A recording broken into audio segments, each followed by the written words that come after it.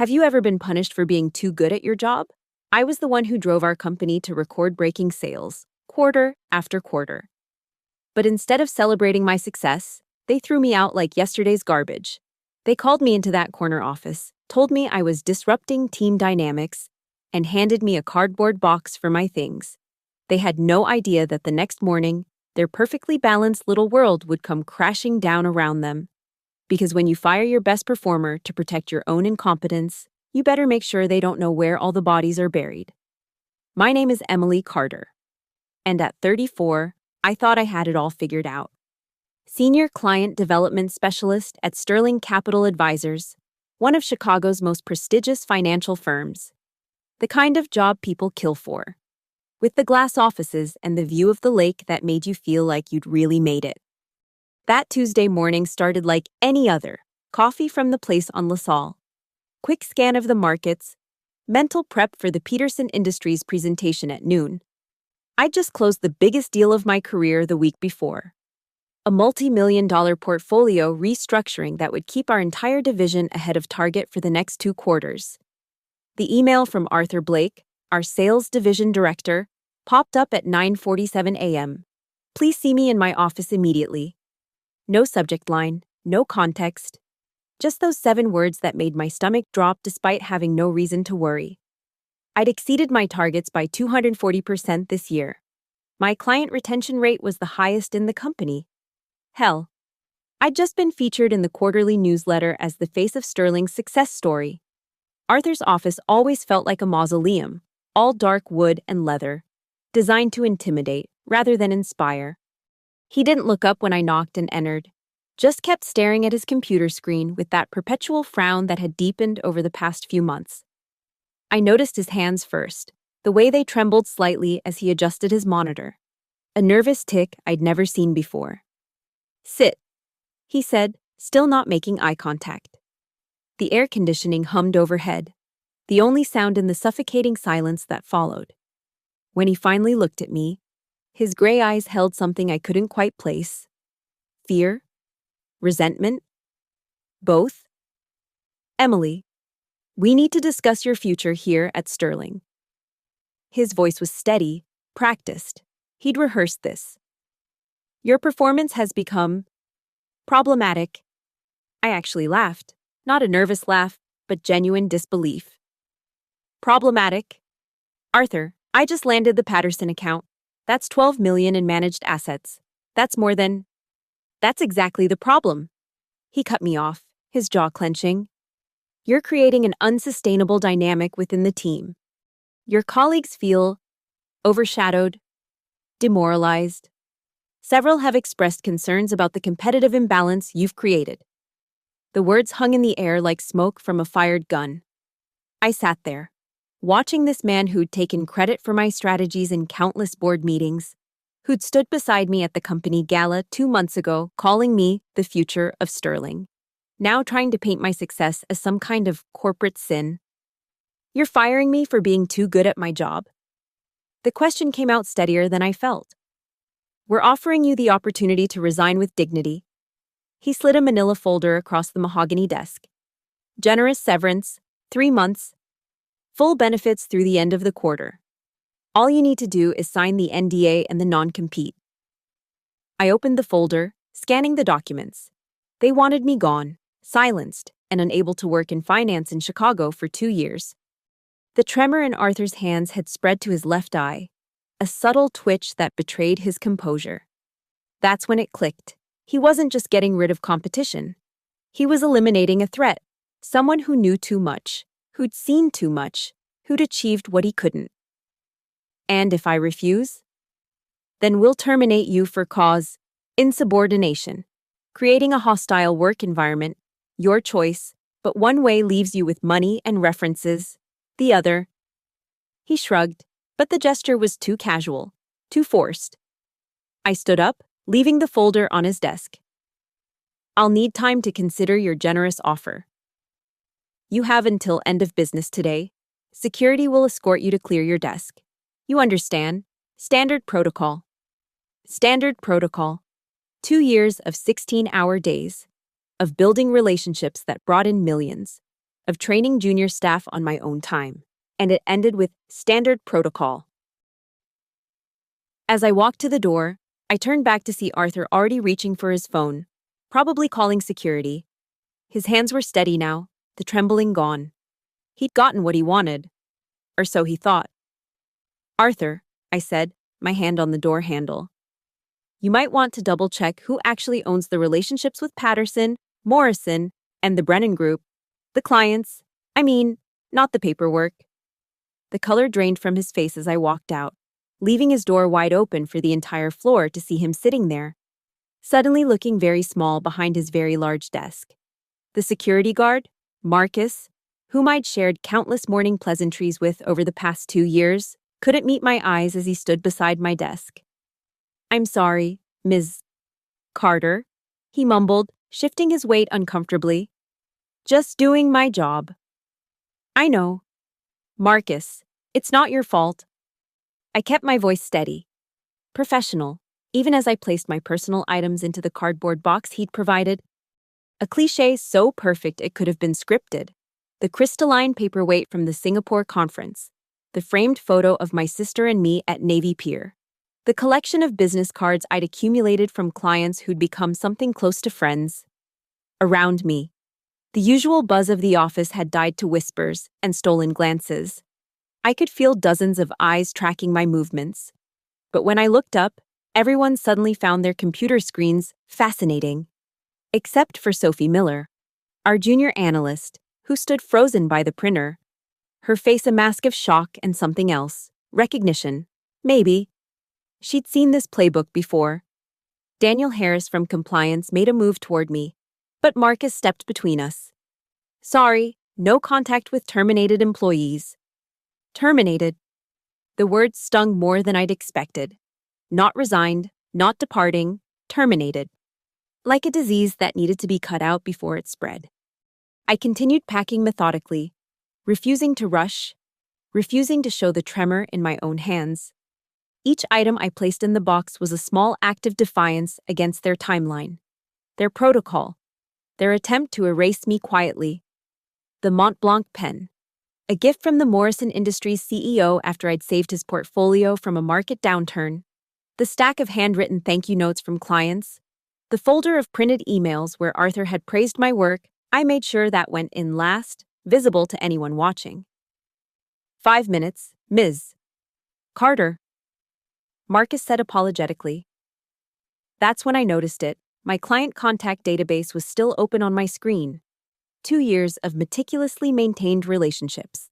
Personal notes about their kids' names, their golf handicaps, their wives' favorite restaurants for closing dinners. Information that existed nowhere else because I'd built these relationships from scratch, through trust and genuine connection, not corporate mandate. With Marcus looking away, I hit print on the entire database. The printer behind Sophie whirred to life. Sophie's eyes met mine. Without a word, she collected the papers as they emerged, folded them carefully, and slipped them into her portfolio. A small nod passed between us. She understood what was happening here, what was really at stake. As I lifted the box, I took one last look at my desk, or what had been my desk. By tomorrow, someone else would sit here, probably someone Arthur had already handpicked, someone more manageable, someone who knew their place. Someone who wouldn't exceed their targets by embarrassing margins or build relationships so strong that clients asked for them by name. The walk to the elevator felt like a funeral procession. Colleagues I'd worked with, laughed with, celebrated with, now pressed themselves against cubicle walls to let us pass. Some offered sympathetic smiles, others avoided eye contact entirely. The fear was palpable. If it could happen to me, the top performer, what did that mean for them? As the elevator doors began to close, Sophie suddenly appeared, slipping between them at the last second. Marcus started to object, but she cut him off. "I'm going to lunch. That's still allowed, isn't it?" We rode down in silence until we hit the parking garage level. As I stepped out, Sophie grabbed my arm. "This isn't right, Emily. We all know it isn't right. Arthur's been threatened by you since the Morrison deal. He's been taking credit for your strategies, your contacts, everything." "I know," I said simply. The Brennan Group called this morning, she continued, her voice dropping to a whisper. They wanted to confirm their meeting with you next week. Arthur told me to redirect all your client calls to him personally. He's already positioning himself as their primary contact. The weight of the box in my arms suddenly felt heavier. It wasn't just my job Arthur had taken, he was attempting to steal 2 years of relationship building, of trust, of late-night calls and weekend emails. My success hadn't just threatened him, it had shown everyone what he wasn't capable of. And now, he was going to wear my achievements like a borrowed suit, hoping no one would notice it didn't quite fit. Sophie, be careful, I warned. Anyone who stands out too much becomes a target, she finished. I know. We all know. That's the real problem, isn't it? We're not supposed to succeed too much. We're supposed to hit our targets, not obliterate them. Make the team look good, not show them up. Marcus cleared his throat. Ms. Carter, I need to escort you to your vehicle. As we walked to my car, Sophie kept pace. This isn't over, she said quietly.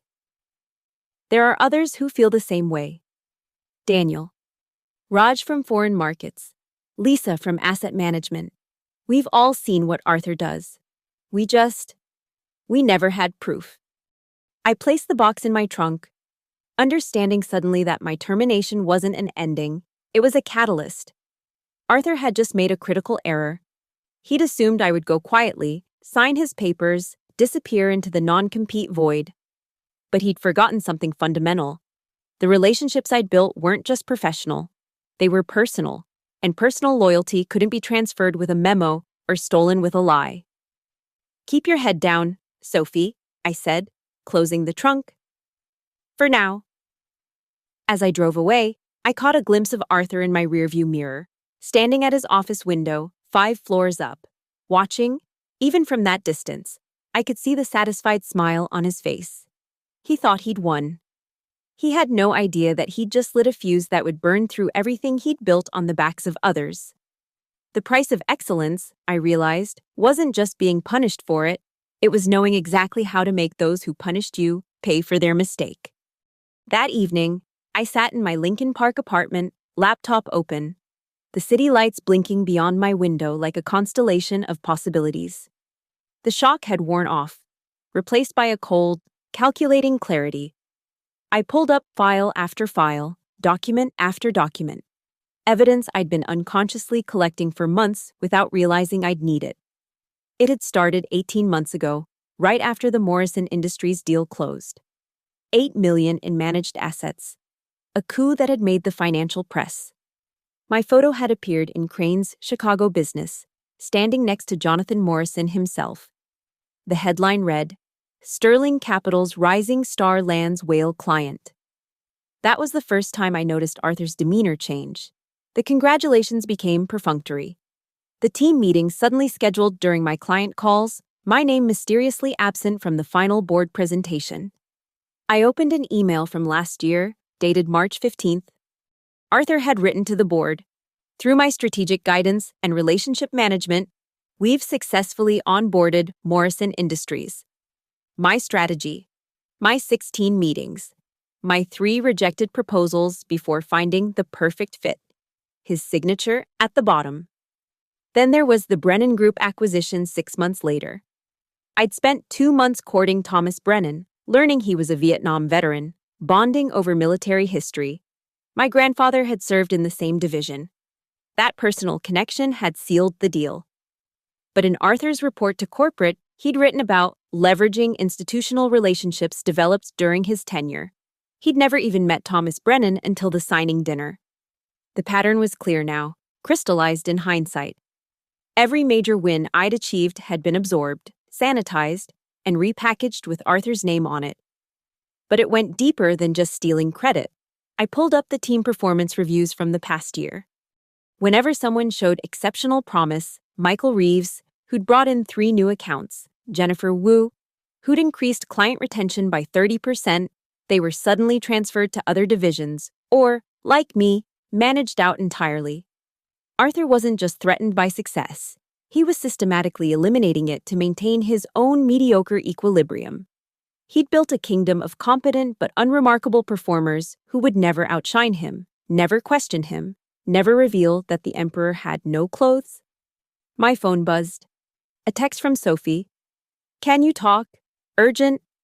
I called her immediately. "What's wrong?" "After you left, Arthur called an emergency team meeting. He said you'd been let go for ethical violations and client relationship mismanagement. He's telling everyone you were making unauthorized promises to clients, that you were a liability to the firm." The bastard, not content with taking my job, he was trying to destroy my reputation. Did anyone believe him? Daniel walked out in the middle of it, just stood up and left. Arthur was furious. And Emily, there's more. He's already assigned your clients to himself and his hand-picked team. But here's the thing. He doesn't know about the Adelaide Fund. The Adelaide Fund, my white whale, 6 months of careful cultivation with Margaret Adelaide, the reclusive heir to a pharmaceutical fortune, we were days away from signing, a deal worth potentially $50 million in managed assets.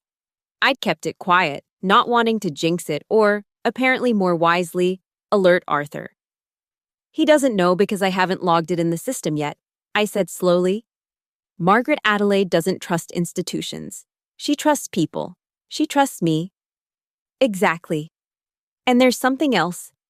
Remember when Arthur took credit for the Patterson presentation last month? The one you spent 3 weeks preparing? Well, Daniel recorded the original planning session on his phone. He's been documenting everything since the Jennifer Wu incident. He said he knew something like this would happen eventually. Jennifer Wu, another rising star who'd been managed out 8 months ago for being too aggressive in her client acquisition. She'd moved to New York, last I heard, taking 2 major clients with her despite the non-compete. Sterling had decided not to pursue legal action. Too public, too messy. Sophie, how many others have noticed this pattern? More than you think. We've just been too scared to say anything. But Emily, seeing you get marched out today, it was a wake-up call. If Arthur can do that to you, none of us are safe. Lisa called it right after the meeting. She said she's been keeping copies of every email where Arthur claimed her work. Raj has spreadsheets showing how client acquisition credits have been systematically reassigned. We all have pieces of the puzzle. I stood and walked to my window, looking out at the Sterling Capitol building in the distance. Its windows still lit with the glow of people working late, trying to prove themselves worthy of survival in Arthur's kingdom. He made a mistake today, I said. He showed his hand too clearly. When you fire your top performer for transparently false reasons, people notice. When you do it immediately after they land the biggest deal of the quarter, they don't just notice, they understand. What are you going to do? I thought about the NDA sitting unsigned on my kitchen counter, the non-compete that would buy my silence and exile me from Chicago's financial sector, 3 months severance to disappear quietly. It was a good offer for someone who wanted to go away, but I wasn't going anywhere. Sophie, I need you to do something for me. Set up a meeting. Off the books, outside the office. You, Daniel, Lisa, Raj, and anyone else who's been keeping records. Tell them it's not about revenge, it's about truth. And truth, when properly deployed, has a way of correcting imbalances. When? Tomorrow morning, before Arthur has time to solidify his narrative, the Violet Hour, that speakeasy on North Damen, 7 a.m., early enough that no one from Sterling will accidentally wander in. After I hung up, I opened my contact list and scrolled to Margaret Adelaide's number. Then Thomas Brennan, Jonathan Morrison. One by one, I looked at the names of people who'd trusted me with their wealth, their futures, their families' legacies. They didn't have relationships with Sterling Capital. They had relationships with me. And while I couldn't violate the legal boundaries of client solicitation, there was nothing stopping me from letting them know about my sudden career change. How they chose to respond to that information would be entirely their decision. Arthur thought he'd eliminated a threat. In reality, he'd just created something far more dangerous. Someone with nothing left to lose and everything to prove. The Violet Hour was empty, except for us. The bartender having agreed to open early for what I described as an important business meeting. The The speakeasy's dim lighting and Prohibition-era decor felt appropriate for our conspiracy. Sophie arrived first, followed by Daniel carrying a laptop bag that looked unusually heavy. Lisa and Raj came together, and to my surprise, they'd brought 3 others. Michael Reeves, who I'd thought had transferred voluntarily, Karen Chen from HR, and James Patterson from Legal. Before anyone says anything, James raised his hand. I'm here unofficially, as a friend who happens to know employment law, not as Sterling's legal counsel. And I'm here, Karen said quietly, because I've processed 12 voluntary resignations in the past 18 months.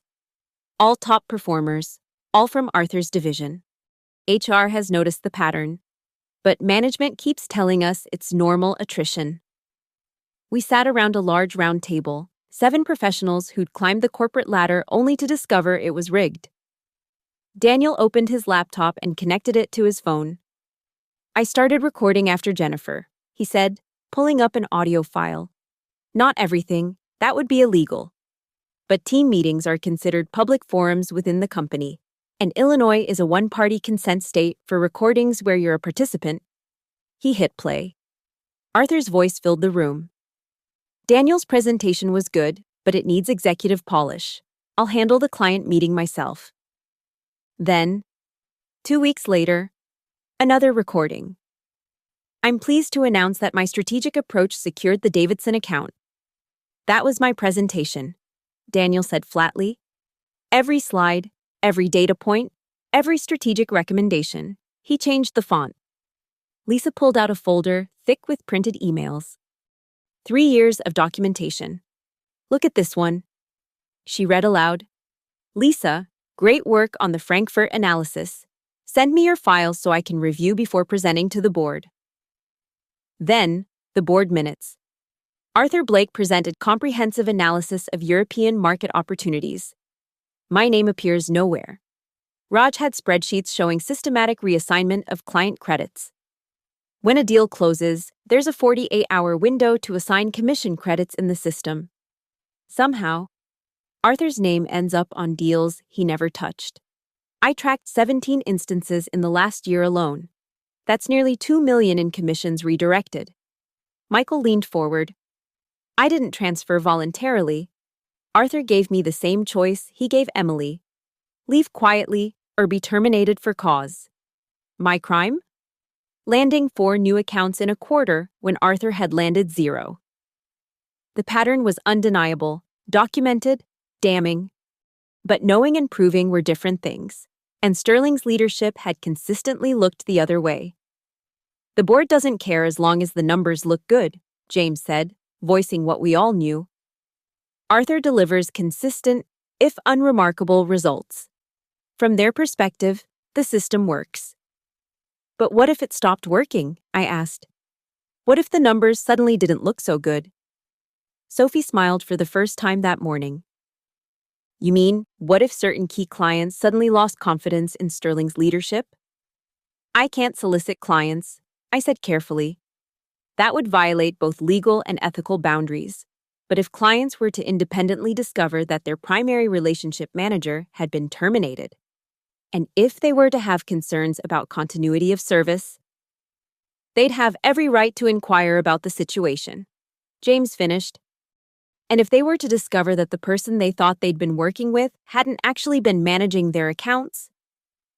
Karen pulled out her phone. Did you know that LinkedIn automatically notifies your network when you update your employment status, and that many of Sterling's clients follow their relationship managers on LinkedIn? We all looked at her. Karen, quiet Karen from HR, had just proposed the first strike. There's more, she continued. Arthur's employment agreement includes a performance clause. If his division drops below 70% of projected revenue for any quarter, it triggers a review. Sterling's Q3 ends in 6 weeks. Daniel pulled up Sterling's client revenue dashboard. He still had access through the company VPN. Arthur's division is currently at 78% of projection, largely carried by Emily's closed deals, if even 2 major clients pulled their assets. The board would have to investigate, Lisa said. They'd need to understand why clients were leaving, They'd ask questions Arthur couldn't answer with stolen presentations. Raj had been quiet, but now he spoke up. I've been offered a position at Harriman Investments. They've been trying to poach Sterling's client base for years. If I were to accept, and if I happened to mention to a few clients that I was leaving because of leadership concerns, you can't solicit, James warned, but I can resign. Publicly. With a detailed exit interview that Karen would be obligated to file with the board. We sat in silence for a moment, each of us understanding what we were contemplating. Not just the end of Arthur's reign, but potentially a fundamental challenge to Sterling's culture of taking credit and suppressing talent. I have 43 emails where Arthur explicitly takes credit for my work, Lisa said. If those were to surface during a board investigation. Yum. And I have recordings of him admitting he doesn't understand half the strategies he presents. Daniel added, The Adelaide Fund, I said suddenly. Margaret Adelaide is ready to sign. $50 million in assets. But she's very particular about who manages her money. If she were to discover that the person she's been working with is no longer at Sterling. Sophie's eyes widened. That would drop Arthur's numbers below 60% of projection. Triggering not just a review but a full audit, Karen confirmed. At which point, all documentation would become subject to discovery. Michael stood up, pacing. We're talking about destroying a man's career. No, I corrected.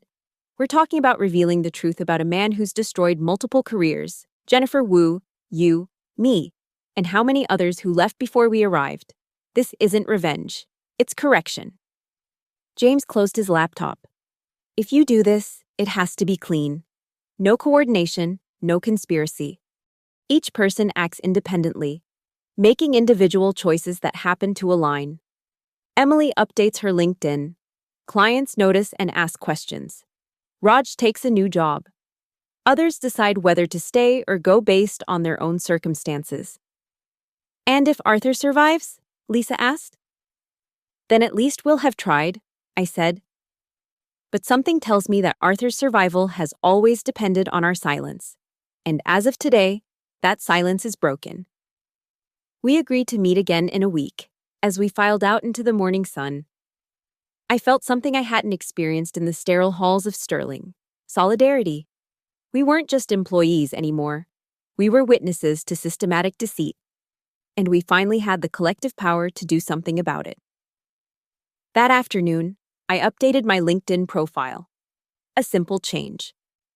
Former Senior Client Development Specialist at Sterling Capital Advisors. Within an hour, my phone started ringing. The first call was from Thomas Brennan. Emily, I just saw your update. What the hell happened? I have a meeting with Arthur Blake tomorrow about our Q4 strategy, but you're the one who understands our portfolio. I chose my words carefully. I'm no longer with Sterling. Thomas, the decision was made yesterday. I'm sure Arthur will take excellent care of your accounts. Arthur. His voice sharpened. Arthur doesn't even know I restructured my holdings last month. You're the one who guided that entire transition.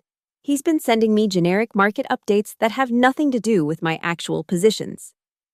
I'm sure there's been a miscommunication. Don't give me corporate speak, Emily. I've been in business 40 years. I know when someone's being pushed out. Was this Arthur's doing? I can't discuss internal Sterling matters, Thomas. You understand? I understand perfectly. His tone was grim.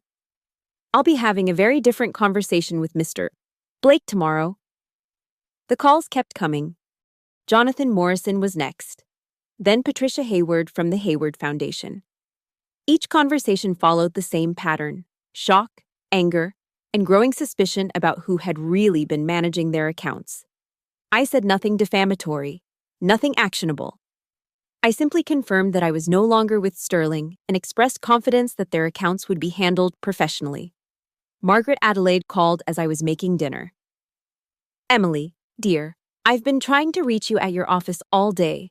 They keep transferring me to someone named Arthur Blake, who claims he's been overseeing the Adelaide Fund negotiations. My heart raced. Margaret, I apologize for any confusion. Confusion? This man tried to tell me he's been structuring my portfolio approach. He couldn't even pronounce the name of my late husband's pharmaceutical company correctly. He called it Adelaide Pharmaceuticals. It was Adelaide Industries, named after my mother-in-law. Any person who'd actually reviewed my file would know that. I'm no longer with Sterling, Margaret, as of yesterday. The silence stretched so long I thought she'd hung up. Finally. I see. And the fund we've been structuring for 6 months? That would be a question for Sterling's management. No, dear. It's a question for you. Where are you going next? I haven't made any decisions yet. Well, when you do, please let me know. I don't invest with institutions, Emily. I invest with people I trust. And trust, once broken, is very difficult to rebuild. By evening, Sophie texted me. Arthur's in full panic mode. 5 clients called demanding explanations. He's been in his office with the door closed all afternoon. And I heard him on the phone with corporate PR. Daniel's message came next.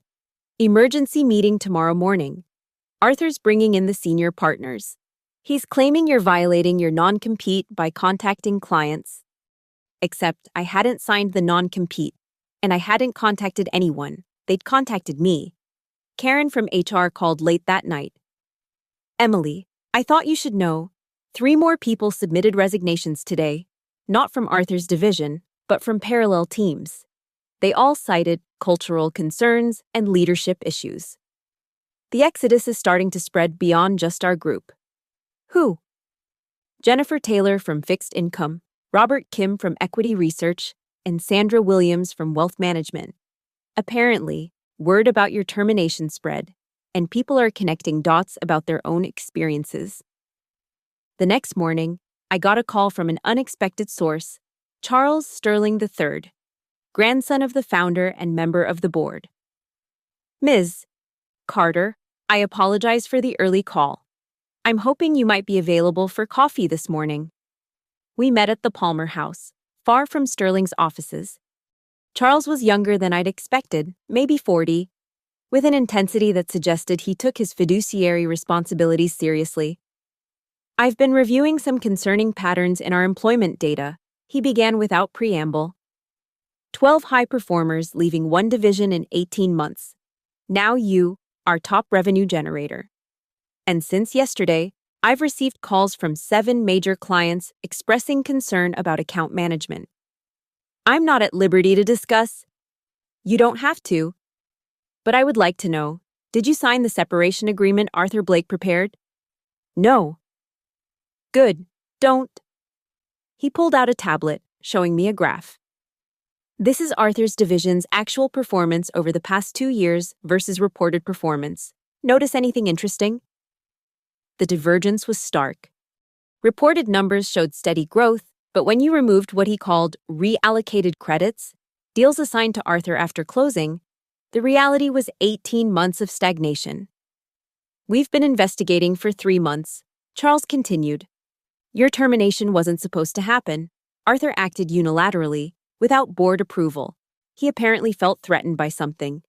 Do you know what that might be? I thought about the Adelaide Fund, about the $50 million that would have cemented my position as Sterling's top performer for the 3rd consecutive year. I might have some ideas. Ms. Carter, the Sterling family built this firm on merit and integrity. What Arthur Blake has been doing is antithetical to everything my grandfather stood for. But the board needs more than suspicions and patterns. We need proof of systematic misconduct. Hypothetically, I said carefully, if several employees had documentation of credit misappropriation, false reporting, and wrongful termination, would that be sufficient? His eyes sharpened. Hypothetically, that would trigger a full investigation. And if such an investigation revealed what I suspect it would reveal, the board would act decisively. How decisively? Arthur Blake serves at the pleasure of the board. That pleasure is contingent on performance and integrity. Failing at both would result in immediate termination and potential legal action for breach of fiduciary duty. He stood to leave, then paused. Ms. Carter, Sterling Capital needs people like you. People who build real relationships, deliver real results, and maintain real integrity. If things were to change, when things change, I hope you'll consider returning. As he walked away, my phone buzzed with a text from Sophie. Arthur just called an all-hands meeting for tomorrow morning. Mandatory attendance. Subject: addressing recent transitions and future stability. He looks terrified. The tide was turning. Arthur had built his castle on sand, and the waves were finally coming in. Tomorrow's meeting would be his attempt to shore up the walls, to maintain control of the narrative. But he'd made a fatal error. He'd assumed we would all remain isolated in our grievances. He never imagined we might compare notes, might realize that his kingdom was built on our stolen achievements. The revolution hadn't started with grand gestures or dramatic confrontations. It started with simple truth, updating a LinkedIn profile, having honest conversations, refusing to sign documents that would buy silence. Tomorrow, Arthur would face his team knowing that they knew. And that knowledge, more than any investigation or client defection, would be the beginning of his end. The all-hands meeting was scheduled for 9 a.m. By 8:45, my phone was buzzing with live updates from Sophie, Daniel, and others still inside Sterling's walls. Conference room is packed. Arthur's already here, setting up. Looks like he hasn't slept. Sophie texted. Senior partners just arrived. Charles Sterling is here too, came from Daniel. I sat in my apartment, watching the drama unfold through their messages while fielding my own calls. Margaret Adelaide had left 3 voicemails, each more insistent than the last. Thomas Brennan had sent an email with a simple subject line, "We need to talk about Sterling." At 9:02, Sophie started live texting the meeting. Arthur's starting, says recent personnel changes are part of strategic restructuring, claims everything is stable. Someone just asked why you were terminated. Arthur says performance issues and cultural misalignment. Daniel just stood up. Daniel's speaking, says he has documentation that contradicts that statement. The room is dead silent. Arthur, trying to regain control, says this isn't the forum for individual grievances. Lisa just stood up too. Lisa's listing every deal she brought in that Arthur claimed. She has printed emails. She's passing them to Charles Sterling directly. My phone rang. It was Jonathan Morrison. Emily, I'm pulling everything from Sterling. All 8 million.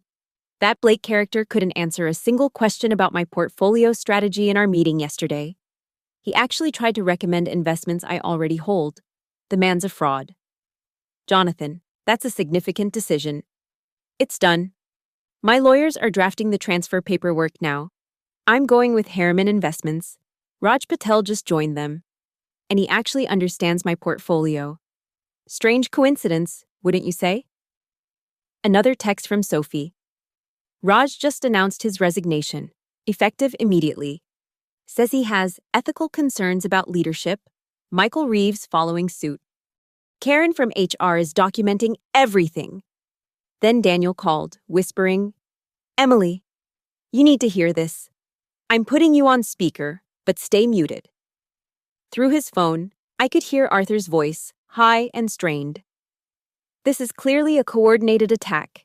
These disgruntled employees are trying to undermine. Charles Sterling's voice cut through. Mr. Blake, is it true that you claimed credit for the Morrison Industries acquisition? I oversee all major accounts. That's not what I asked. Did you or did you not personally negotiate and close the Morrison deal? The silence was audible, even through the phone. Mr.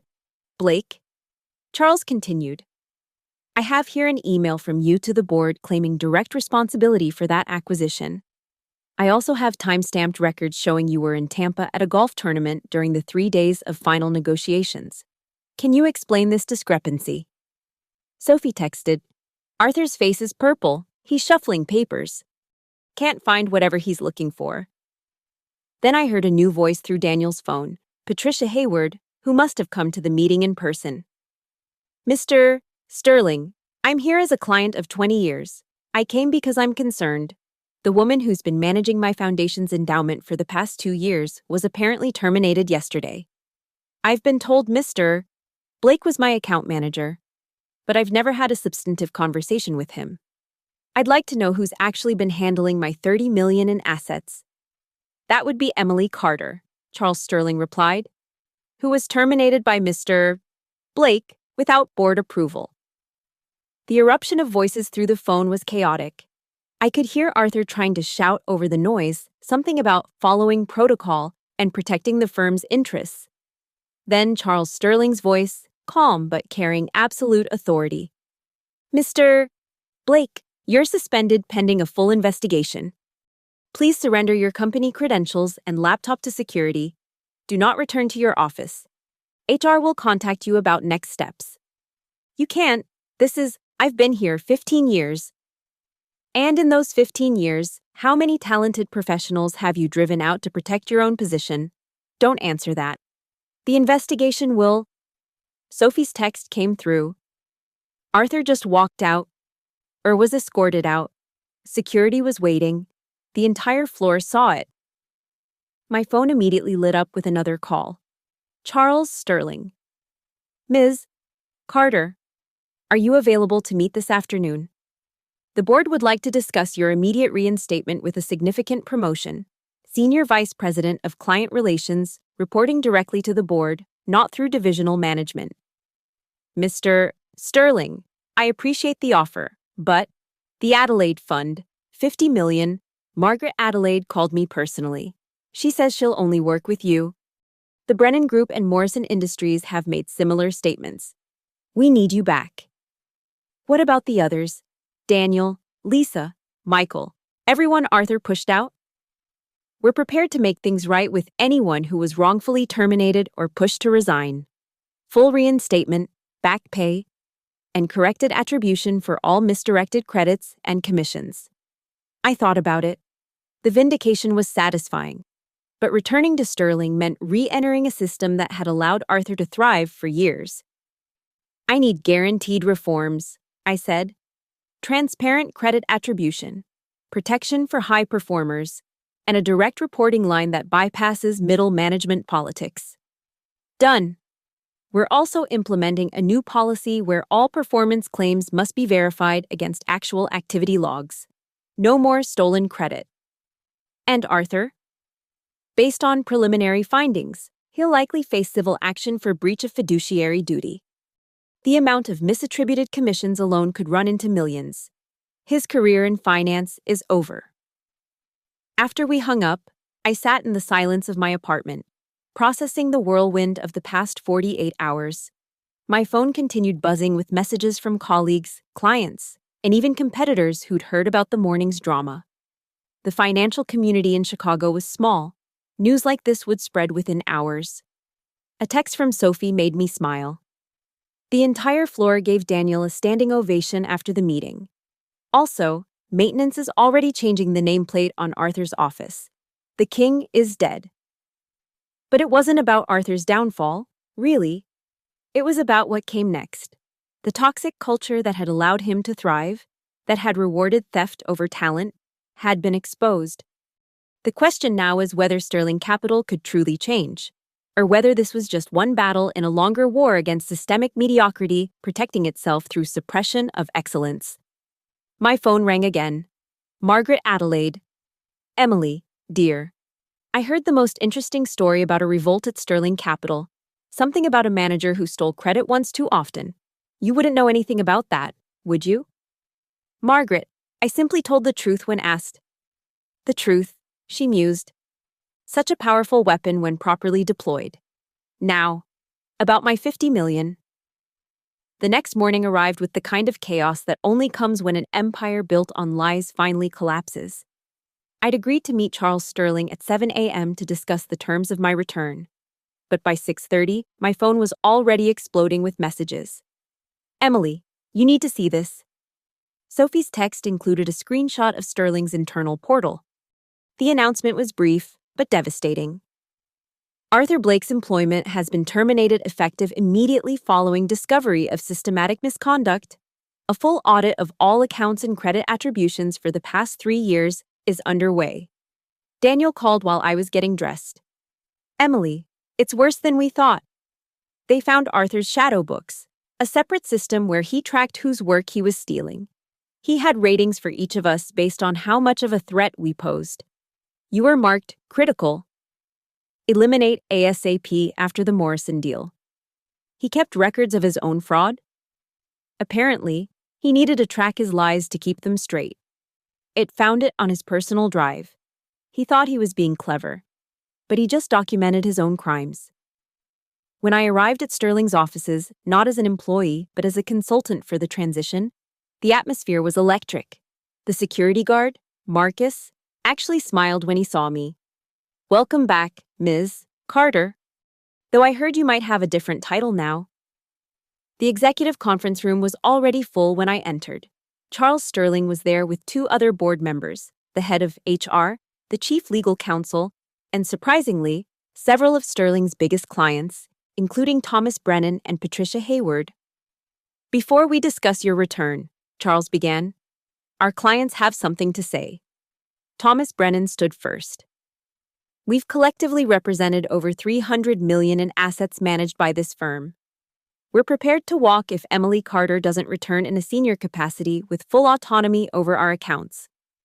Patricia Hayward added, "We've also been in contact with Margaret Adelaide. She's prepared to move her $50 million to wherever Emily goes.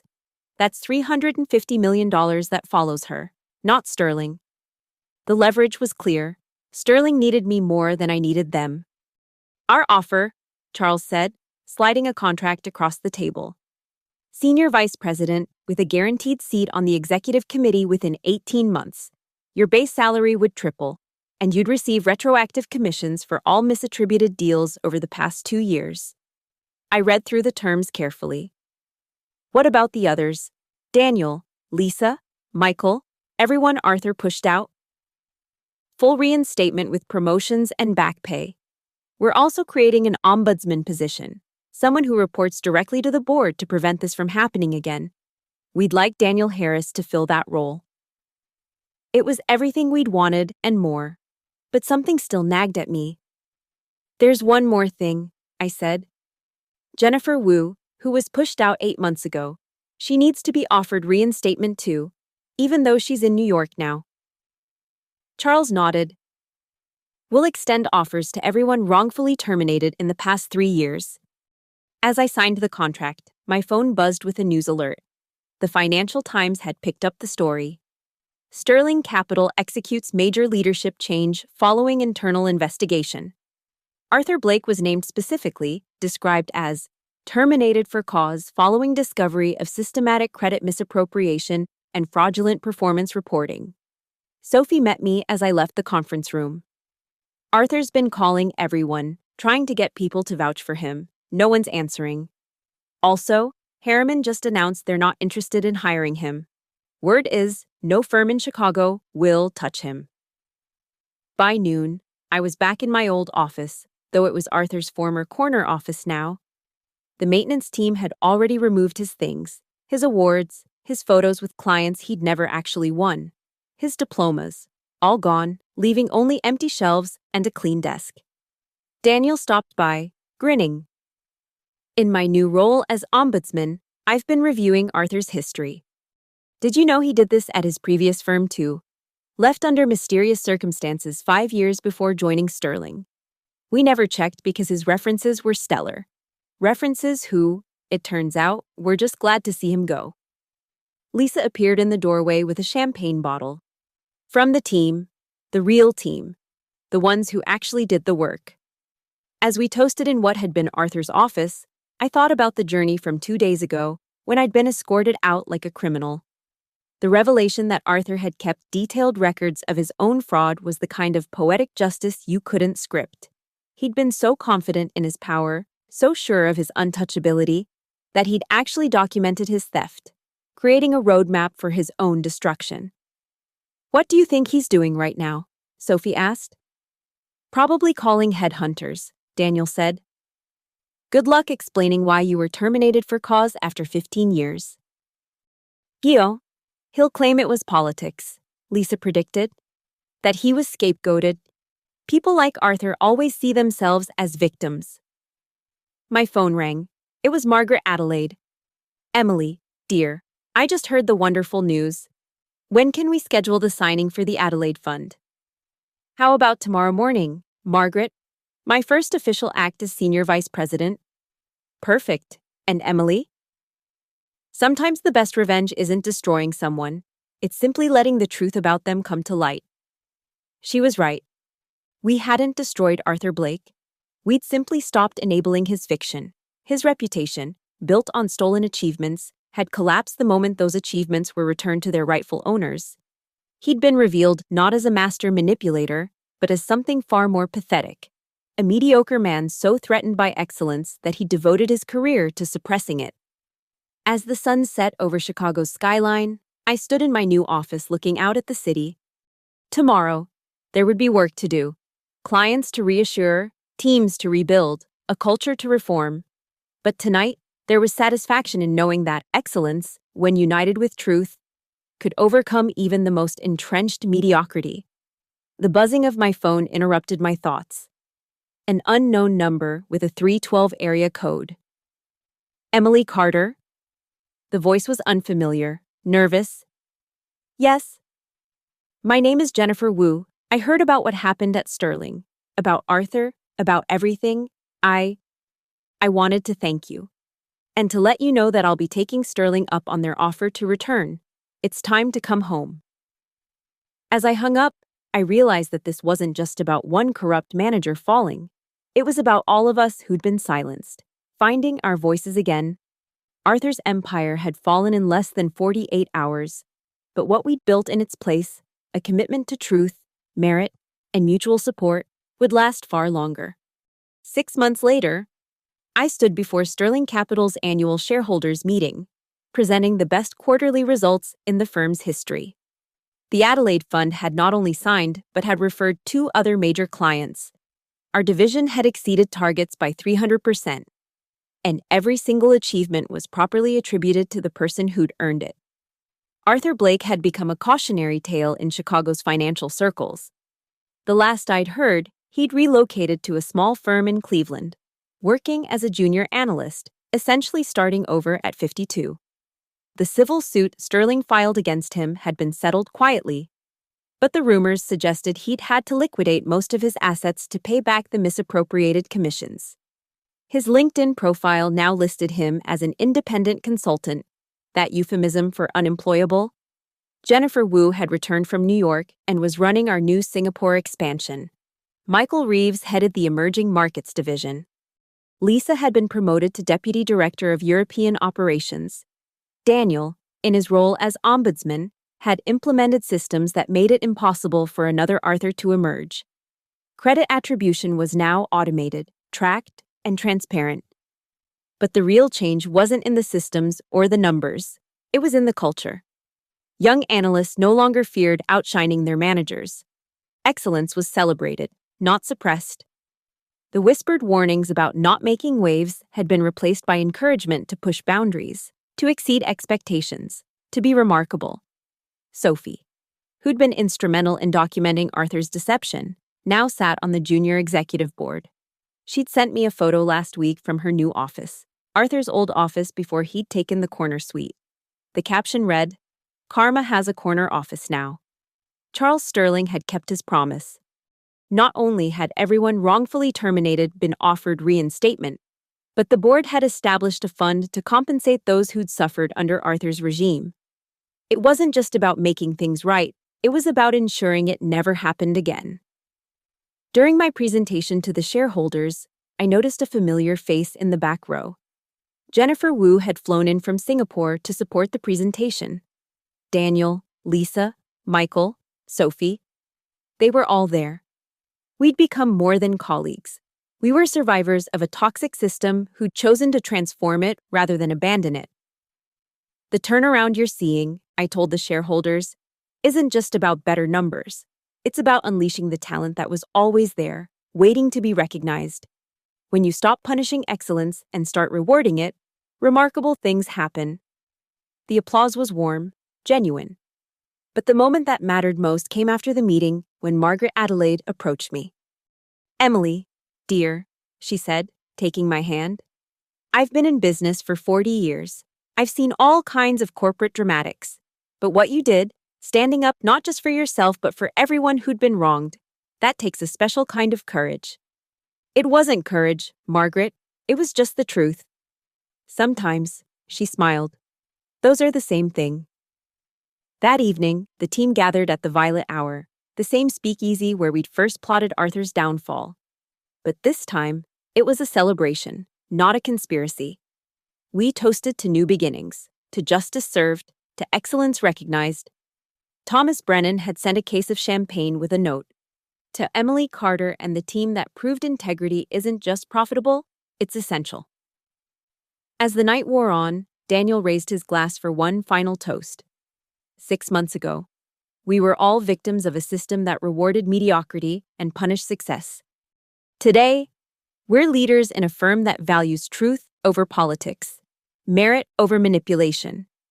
We didn't just survive Arthur Blake. We transformed his destruction into our foundation for something better. I thought about that morning when Arthur had called me into his office, his hands trembling as he signed my termination papers. He'd thought he was eliminating a threat. Instead, he'd lit a fuse that destroyed everything he'd built on the backs of others. His fear of being overshadowed had led him to create the very darkness that ultimately consumed him. The next morning, I received an email that made me smile. It was from a recruiter, asking if I'd be interested in meeting with Arthur Blake, who was seeking new opportunities and would value the chance to explain his sterling capital experience. I forwarded it to Daniel with a single word: no.